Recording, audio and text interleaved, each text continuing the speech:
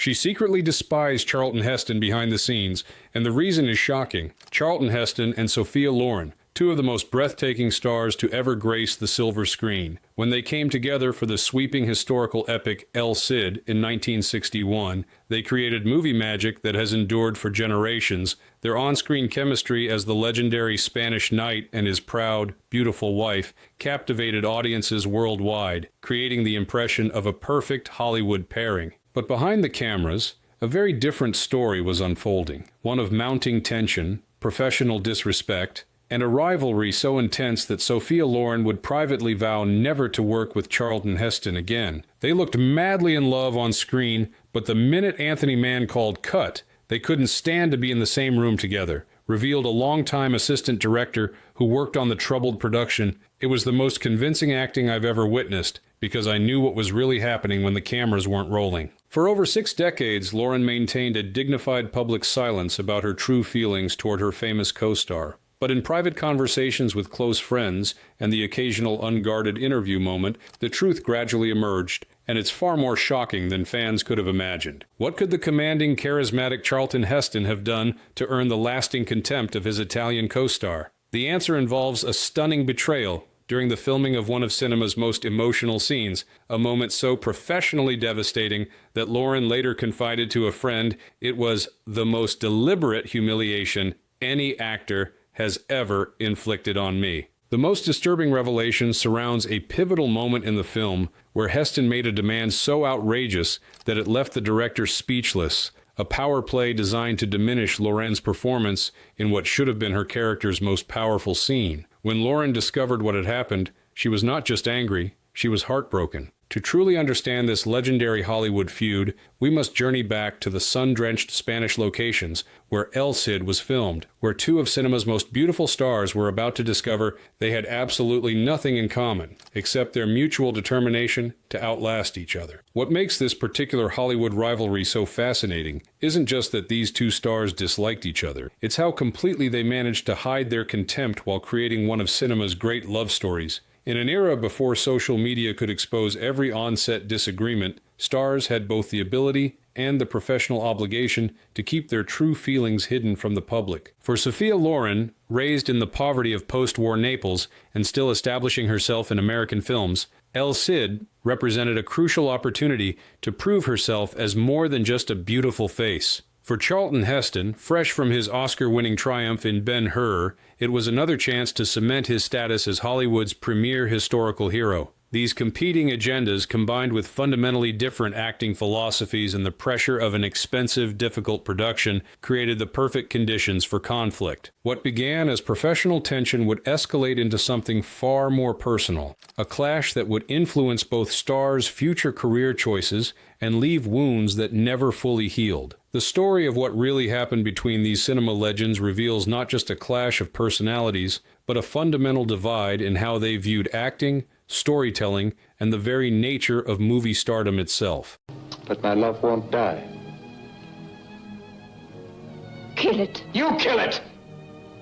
Tell me you don't love me. 1. Doomed from day one, the power struggle that started before they even met. In 1961, producer Samuel Bronston embarked on his most ambitious project to date, El Cid, a sweeping historical epic about the legendary Spanish knight who united Christian and Muslim forces in medieval Spain. With its massive $6.2 million budget, equivalent to over $57 million today, spectacular Spanish locations, and thousands of extras, El Cid was positioned to be the most impressive historical film since Ben-Hur. For the crucial leading roles, Bronston needed stars with both acting ability and international appeal. Charlton Heston was the obvious choice for the title role of Rodrigo Diaz de Vivar. At 37, fresh from his Oscar-winning triumph in Ben-Hur, Heston had established himself as Hollywood's premier historical hero. His chiseled features, commanding presence, and experience with epic productions made him perfect for the role of the legendary Spanish warrior.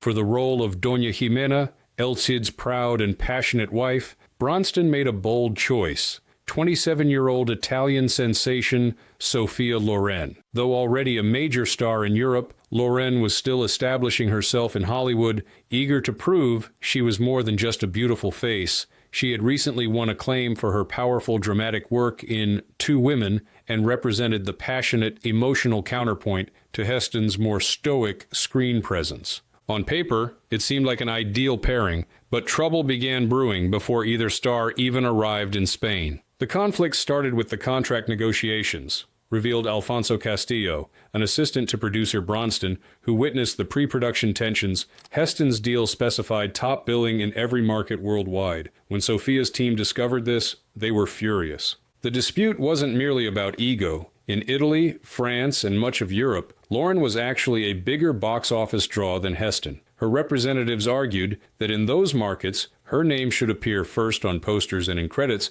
Heston's team refused to compromise. They eventually reached an awkward solution where the billing would be diagonal on posters, Heston's name first, but to the left, with Lauren's placed higher but second, explained Castillo. It was a clumsy compromise that satisfied no one, and both stars knew it was simply postponing the power struggle to come. When production began in Spain in January 1961, the stars arrived with fundamentally different approaches to their craft. Heston, methodical and intensely prepared, had spent months studying Spanish history and training with medieval weapons. He approached El Cid as another in his gallery of historical titans, a role demanding dignity, restraint, and heroic bearing above all else. Lauren, trained in the more emotionally expressive Italian tradition, arrived ready to portray Jimena as a fully realized woman with passion, anger, and vulnerability. She expected a collaborative process with her co-star to develop their on-screen relationship. Their first meeting at a costume fitting foreshadowed the difficulties to come. "I was there when they first met," remembered costume designer Veniero Colasanti. Heston gave her a formal handshake and immediately began discussing technical matters, camera angles, shooting schedules, and how certain scenes should be staged. Sofia tried to establish a personal connection, asking about his family and his previous visit to Italy. He answered politely but briefly before returning to technical discussions. I could see the confusion on her face. She was trying to build rapport with someone who seemed interested only in the mechanics of filmmaking. This initial encounter revealed the fundamental difference that would define their troubled relationship. Heston approached acting as a technical craft, while Lauren saw it as an emotional art. Where he sought precision, she sought connection. Where he valued control, she valued spontaneity. These opposing philosophies would create increasingly difficult tensions as filming progressed under the scorching Spanish sun. There was no other way for me. The man you chose to love could do only what I did. Why did you come, Rodrigo? 2. The marble man versus the passionate beauty, why she called him a statue without a soul. As El Cid moved into its first weeks of filming, the differences between Heston and Loren's approaches to acting became increasingly problematic. Director Anthony Mann found himself caught between two stars with completely opposite methods of preparing for emotional scenes. Heston would arrive on set having memorized not just his lines, but the exact camera movements, the blocking, even the number of steps he would take in each shot, recalled Carlos Rivera, an assistant cameraman. Everything was calculated and precisely planned in advance. He treated acting like architecture, building his performance brick by careful brick. Lauren, by contrast, preferred to feel her way through scenes, responding organically to her co-star and finding emotional truth in each moment. She wanted rehearsals to explore the relationship between their characters rather than simply blocking out movements. One morning I overheard her say to her assistant, "How can I possibly create love with a man made of marble?" Rivera continued.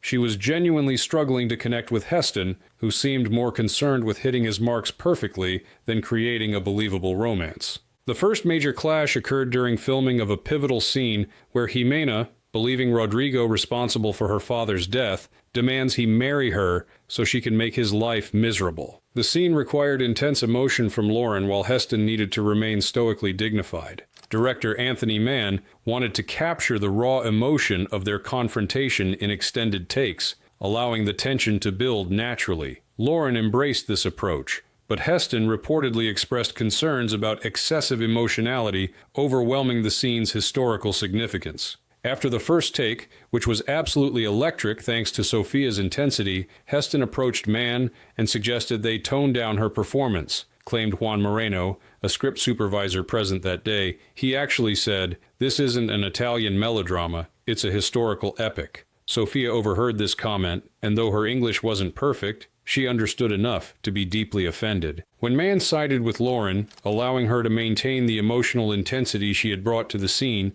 witnesses report that Heston became increasingly cold and formal in his interactions with both the director and his co-star. He would arrive on set exactly on time, never early, deliver his performance precisely as rehearsed, and leave immediately when his scenes were complete, remembered Carmen Sevilla, a Spanish actress with a small role in the film. There were no shared meals, no casual conversations between takes. Most co-stars develop some kind of relationship during filming, even if they're not particularly fond of each other. But between Charlton and Sophia, there was nothing but professional courtesy, and sometimes barely that. The tension became so noticeable that other cast members began commenting on it. Herbert Lom, who played the Muslim leader Ben Yusuf, later told a British film magazine, "It was like watching two expert dancers performing completely different ballets while pretending to be partners, technically flawless, emotionally disconnected." Matters worsened when production moved to the ancient fortress of Peñíscola for the exterior battle scenes.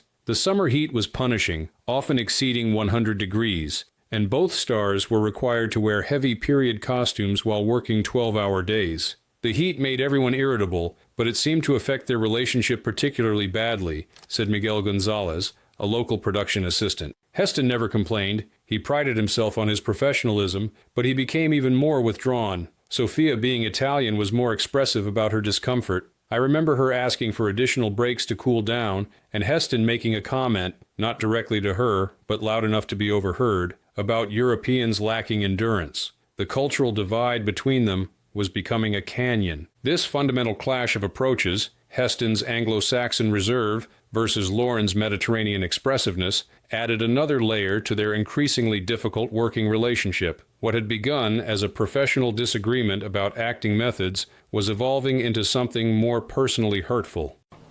Would you take me with you?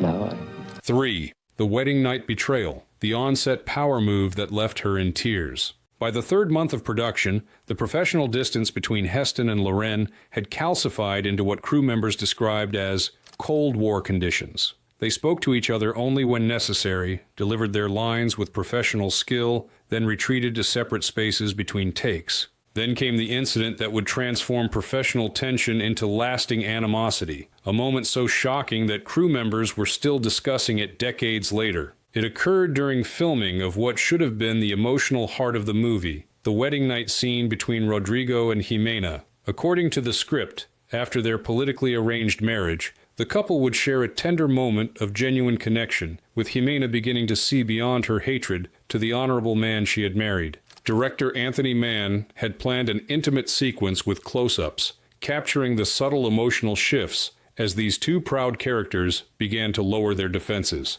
For Lauren, this represented a crucial character development that would make her subsequent loyalty to Rodrigo believable. Sophia had prepared intensely for this scene, recalled her personal hairdresser, Giovanna Venturini. She told me it was the key to making Jimena a sympathetic character rather than simply a vengeful woman. She had even discussed the emotional beats with Mann the night before, planning how to show this gradual thawing. The scene began with Rodrigo entering the bedchamber where Jimena awaited in a medieval nightgown. The first part went smoothly, with both actors delivering their lines as scripted, but when it came time for the emotional close-ups, particularly Lauren's reaction as she begins to soften toward her new husband, something unprecedented happened. According to multiple eyewitnesses, including assistant director Julio Sempere, who later spoke about the incident in a Spanish film documentary, Heston approached director Mann during a lighting adjustment and requested a significant change to the scene. Heston suggested that instead of the planned intimate close-ups,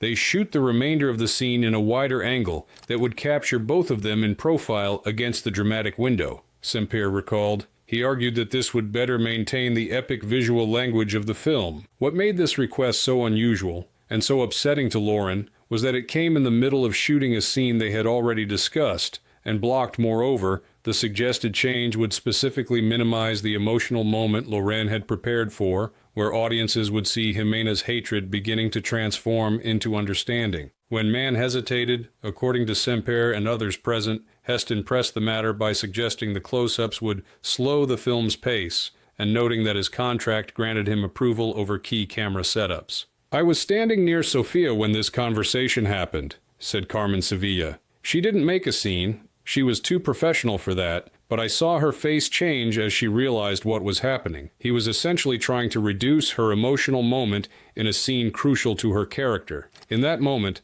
something broke between them that would never be repaired." Mann, caught between his two stars and aware of the production's already tight schedule, attempted a compromise by shooting both versions, the planned close-ups and Heston's suggested wider angle, but the damage had been done. Lauren perceived Heston's intervention as a deliberate attempt to undermine her performance in one of her most important scenes. After they finished shooting that day, Sofia returned to her dressing room and broke down in tears. Venturini revealed decades later, "She told me, he doesn't see me as an actress with my own artistic integrity. To him, I'm just a decoration in the background of his heroic story." It was the only time during the entire production that I saw her cry. What made this incident particularly significant wasn't just the creative disagreement, such conflicts are common on film sets, but what it revealed about how Heston viewed his co-star. By attempting to minimize her emotional close-up in favor of a shot that emphasized the architectural grandeur of the scene, he had, in Lauren's view,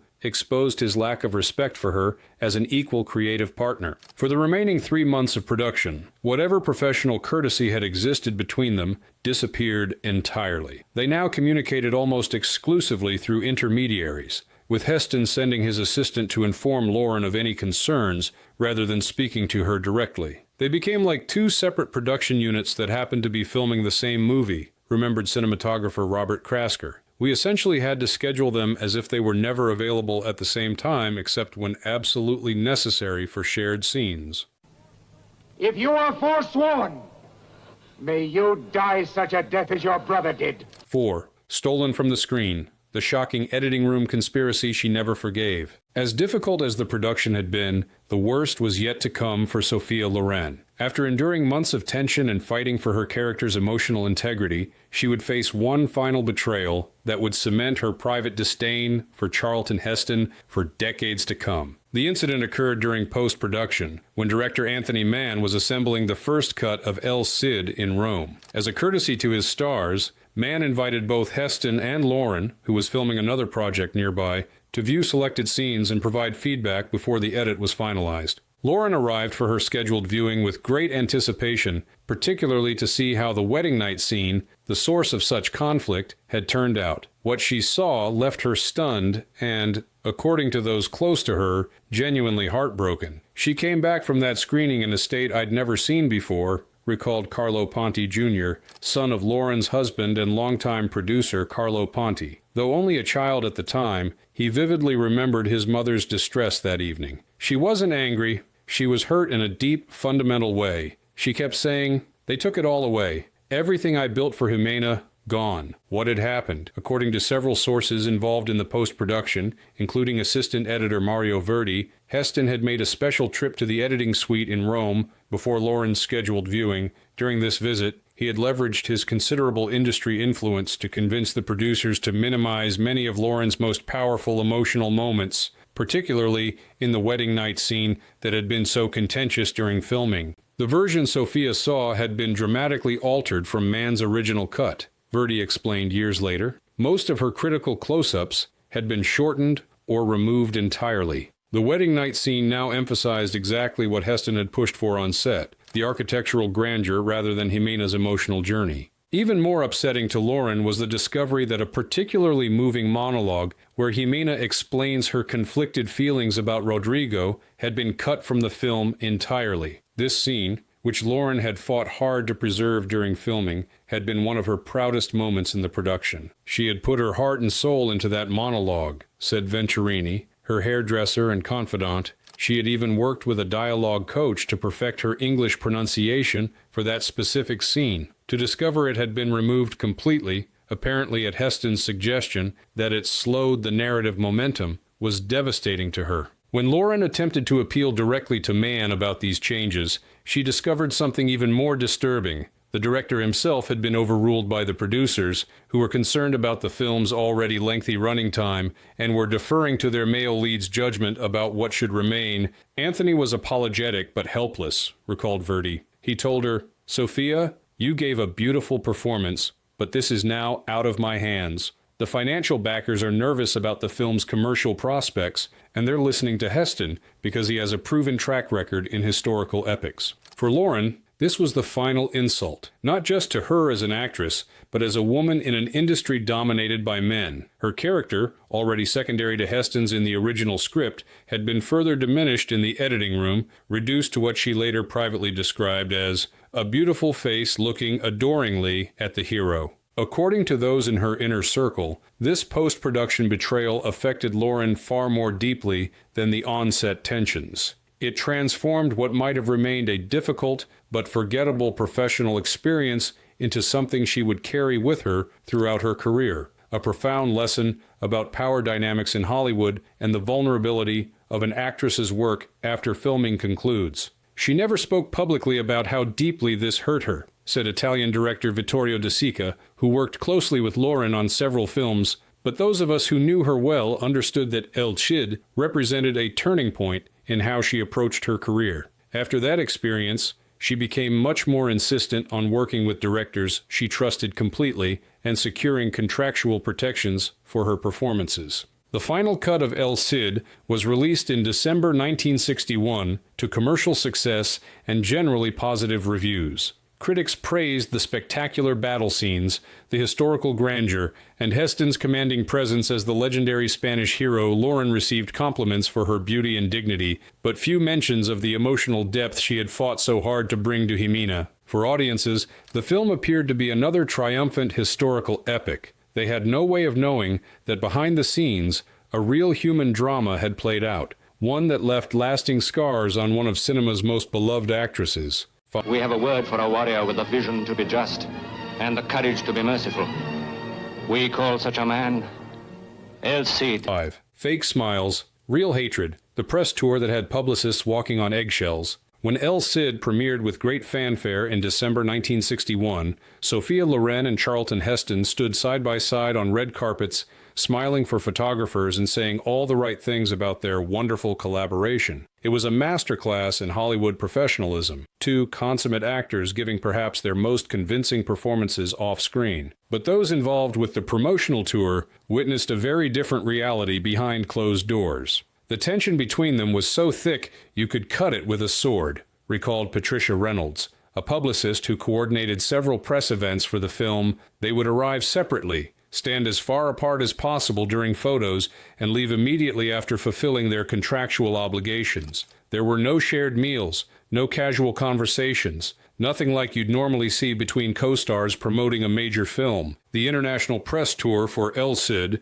became infamous among publicity teams for its logistical complexity, not because of scheduling or travel arrangements, but because of the need to keep the stars apart as much as possible while maintaining the illusion of harmony. "We had to create a minute-by-minute schedule ensuring they would spend minimal time together," Reynolds continued. "Charlton would do a newspaper interview while Sophia did radio. Then we'd bring them together briefly for photographs before separating them again. It was like choreographing a ballet where the dancers couldn't bear to touch." At joint press conferences, attentive journalists occasionally noticed the chill between the stars. When asked about working together, both would offer perfectly professional but remarkably generic responses. Heston typically praised Lauren's great beauty and presence, while she would comment on his dedication to historical accuracy. Neither ever shared specific anecdotes or personal insights about the other, a telling omission in an industry built on seemingly intimate behind-the-scenes stories. The London premiere of El Cid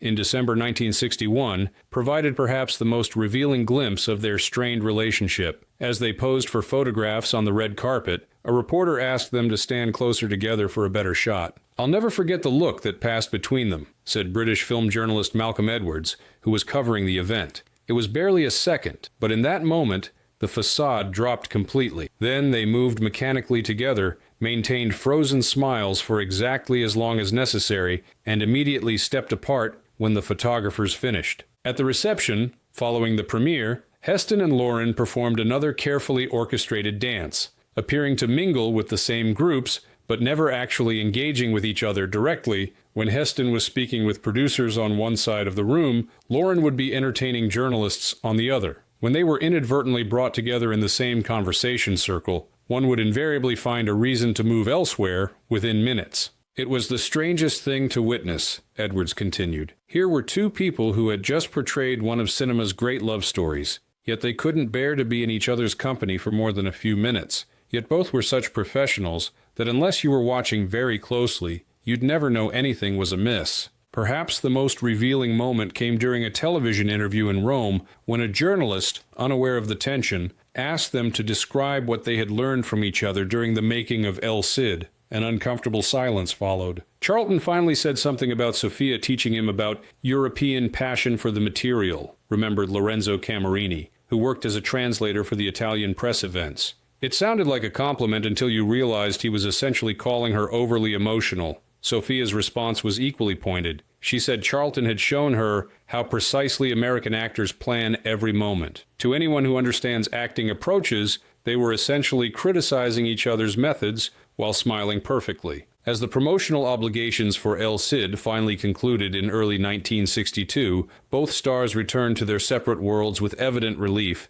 Heston went back to Hollywood and his next historical epic, while Loren returned to Italian cinema and her collaborations with directors who valued her emotional approach to acting. Neither would ever work together again, despite multiple opportunities that arose over their long careers. When producers of The Fall of the Roman Empire, 1964, suggested reuniting them, both politely but firmly declined, industry insiders understood the unstated reason. Once was more than enough.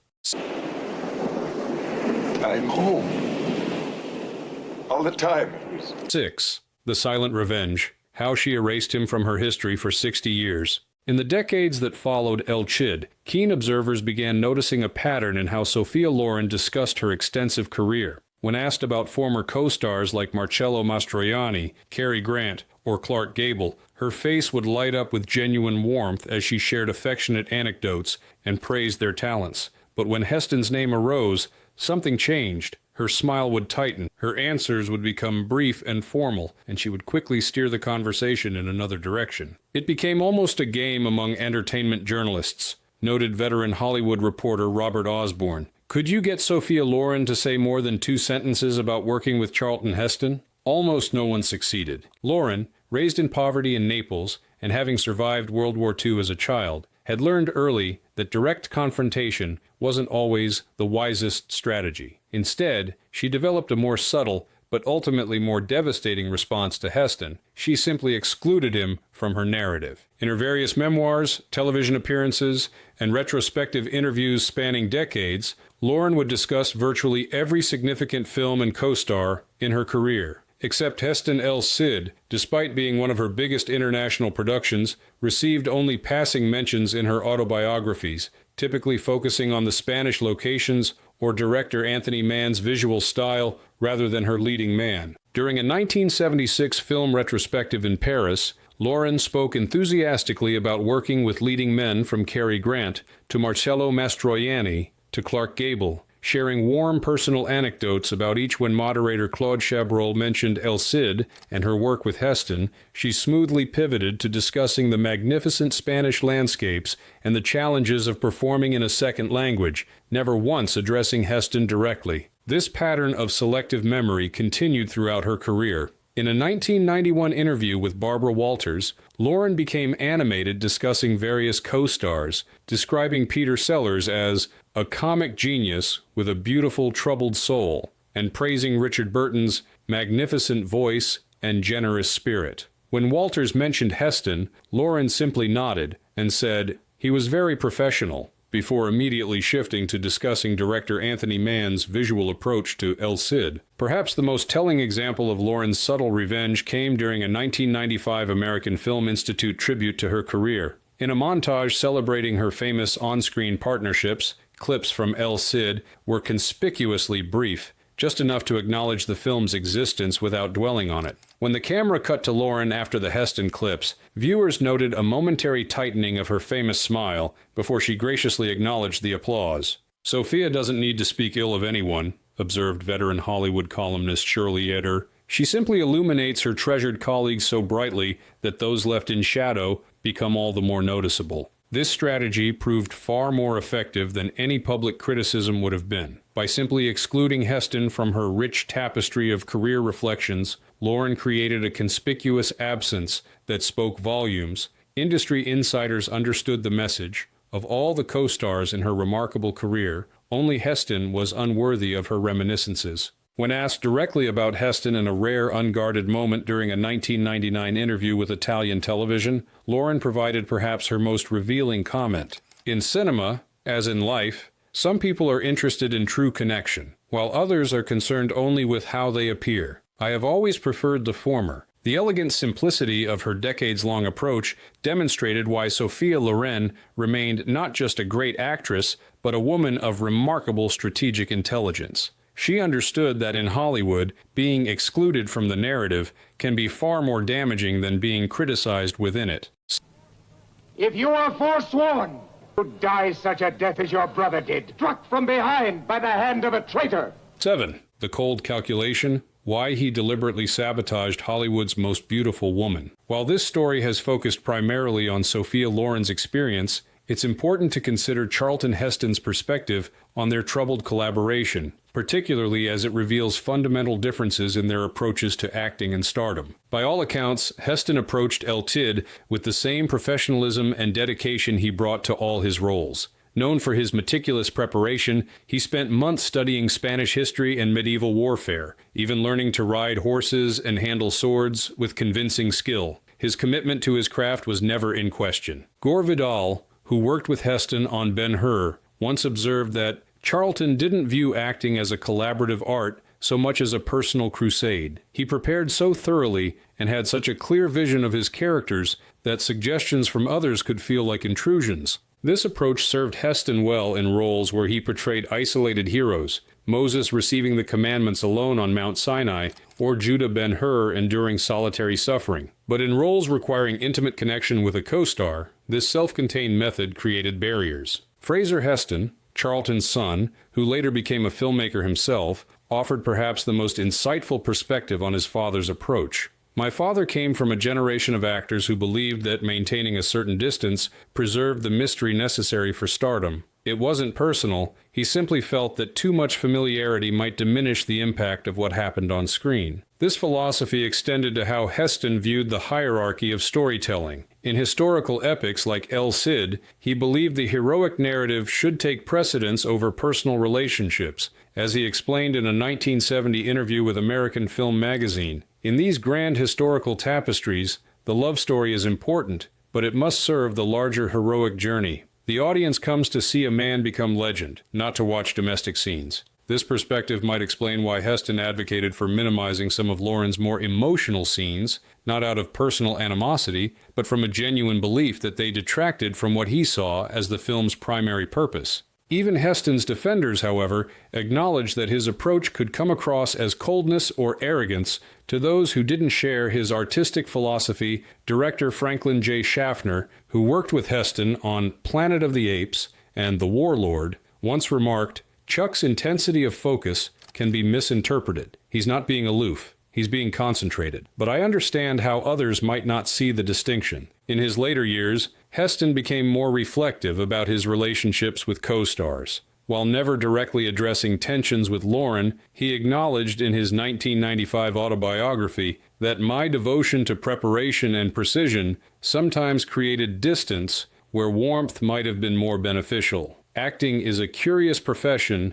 where the most intimate moments are often shared with virtual strangers. I never fully mastered that paradox. Heston's approach to discussing El Cid in later years was characteristically measured. When asked about working with Loren in interviews, he typically offered professional respect. She brought great beauty and passion to the role, but none of the personal anecdotes or warmth he expressed when discussing other collaborators like Cecil B. DeMille or Orson Welles. Perhaps the most revealing insight into Heston's perspective came from director Anthony Mann, who had the challenging task of balancing his star's conflicting approaches. In one of his last interviews before his death in 1967, Mann reflected, "Charlton approached acting like a master architect, designing every moment with precision and control. Sophia was more like a brilliant jazz musician, responding to the emotion of the moment with instinctive brilliance. Both approaches have tremendous value, but they're fundamentally incompatible. The tragedy of El Cid wasn't that either approach was wrong, it's that they couldn't find harmony between them. This fundamental incompatibility, not simply personality conflict, but a genuine philosophical divide about the very nature of acting, helps explain why what began as professional tension evolved into lasting personal animosity. It wasn't just that they disliked each other, they represented opposing artistic traditions that could find no common ground. But my love won't die. Kill it. You kill it!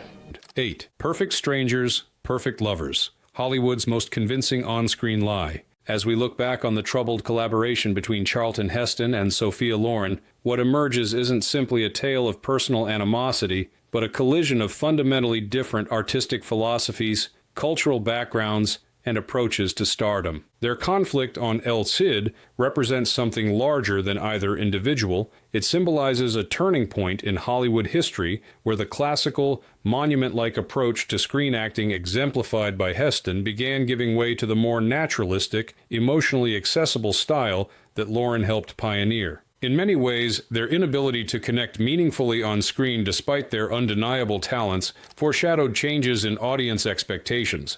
As the 1960s progressed, viewers increasingly favored authenticity over grandeur, vulnerability over stoicism. Though Heston would continue to find success throughout the decade in films like Planet of the Apes, the era of the untouchable heroic icon was waning. Loren's career, meanwhile, flourished as she continued to bring emotional depth and authenticity to roles in films like Marriage Italian Style and A Special Day. Her willingness to appear vulnerable and flawed on screen aligned perfectly with changing audience tastes. What makes their rivalry particularly fascinating is that despite their differences, both approaches to acting had tremendous value. Heston's classical precision created indelible, iconic moments that remain in cultural memory decades later. Loren's emotional authenticity allowed audiences to see themselves reflected in her performances, creating a different but equally powerful connection. The tragedy of El Cid isn't that one approach was right and the other wrong. It's that these two magnificent talents couldn't find common ground to create something that transcended their individual methods. Director Martin Scorsese, reflecting on El Cid during a 2002 retrospective of Anthony Mann's work, observed, "You can almost see the tectonic plates of acting traditions shifting in their scenes together. There's a fascinating tension between Heston's monumental presence and Loren's emotional fluidity. The film captures a moment when Hollywood itself was caught between classical tradition and modern naturalism. Perhaps the most poignant aspect of this story is that despite working together for nearly 3 months, creating a film that would be seen by millions, Heston and Loren never truly knew each other. They remained strangers sharing the same frame, their real connection never approaching the love story they portrayed on screen. In her 2014 memoir, Loren offered what might be her most genuine reflection on the experience, though she still didn't mention Heston by name. Sometimes in this profession, the chemistry that seems so real to audiences is created through the magic of filmmaking rather than genuine connection. Those are the hardest roles, where you must convince the world you love someone with whom you've never shared a moment of true understanding. And that, perhaps, is the most shocking truth behind this legendary Hollywood rivalry. Not that these two stars disliked each other, but that despite creating one of cinema's epic romances, they remained perfect strangers, separated by invisible but impenetrable barriers of temperament, culture, and artistic philosophy.